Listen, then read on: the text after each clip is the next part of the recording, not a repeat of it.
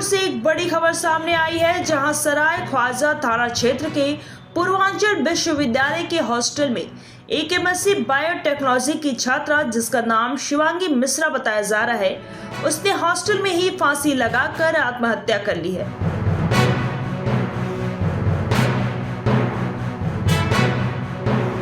आत्महत्या की सूचना मिलते ही परिवार में कोहराम मच गया। उसके बाद परिजन भी जिला अस्पताल पहुंचे।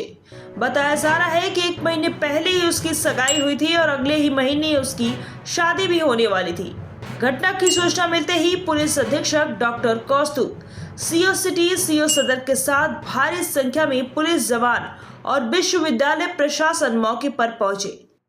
देखिए, पुलिस के पास आज देर रात ये सूचना प्राप्त हुई कि पूर्वांचल यूनिवर्सिटी में लक्ष्मीबाई हॉस्टल में एमएससी की बायोटेक की सेकेंड ईयर की छात्रा शिवांगी मिश्रा, जिनकी उम्र लगभग 23 वर्ष है, पुत्री सुभाष चंद्र मिश्रा, इनके द्वारा वहाँ पर अपने हॉस्टल के कमरे में फांसी लगाने का प्रयास किया गया, जिसके बाद वहाँ की वार्डन और वहाँ के अन्य सभी सहपाठियों द्वारा वहाँ की दरवाजे को तोड़कर इनको वहाँ से उतार के सदर अस्पताल इलाज हेतु लाया गया। यहाँ पे चिकित्सकों द्वारा परीक्षण के बाद इनको मृत घोषित किया गया है।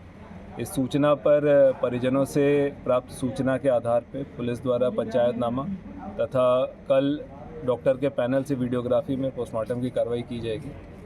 अभी तक की जो जानकारी प्राप्त हुई है, जिस समय पे इस प्रकार की उनके द्वारा शुभ होकर जो ये घटना कारित की गई है, उस समय पे इनकी बात इनके होने वाले पति आकाश थे मोबाइल फ़ोन पे हो रही थी, तो उनसे भी गहनता से जानकारी करते हुए तथा शेष वहाँ पर जो अन्य छात्राएं हैं, जो वार्डन हैं और परिजनों से जो प्राप्त सूचना है, उसके आधार पर इस पूरे मामले की गहनता से हर बिंदुओं पे जांच करते हुए अग्रिम कार्रवाई की जाए। सर, कुछ मामला संदिग्ध लग रहा है?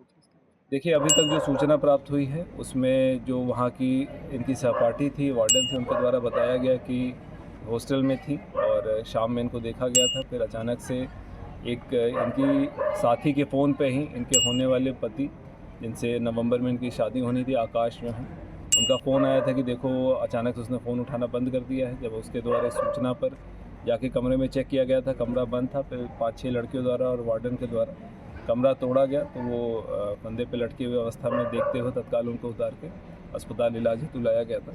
अब इसी सूचना पर और शेष जो सूचनाएं हमें प्राप्त होंगी और टेक्निकल जो डेटा हमें प्राप्त होगा और पोस्टमार्टम में जो चीज़ें निकल के आएंगी और परिजनों की जो तहरीर प्राप्त होगी, उसके आधार पर पुलिस अग्रिम जांच में खुलासा हुआ है कि आत्महत्या से पहले शिवांगी की बात उसके होने वाले पति से हुई थी।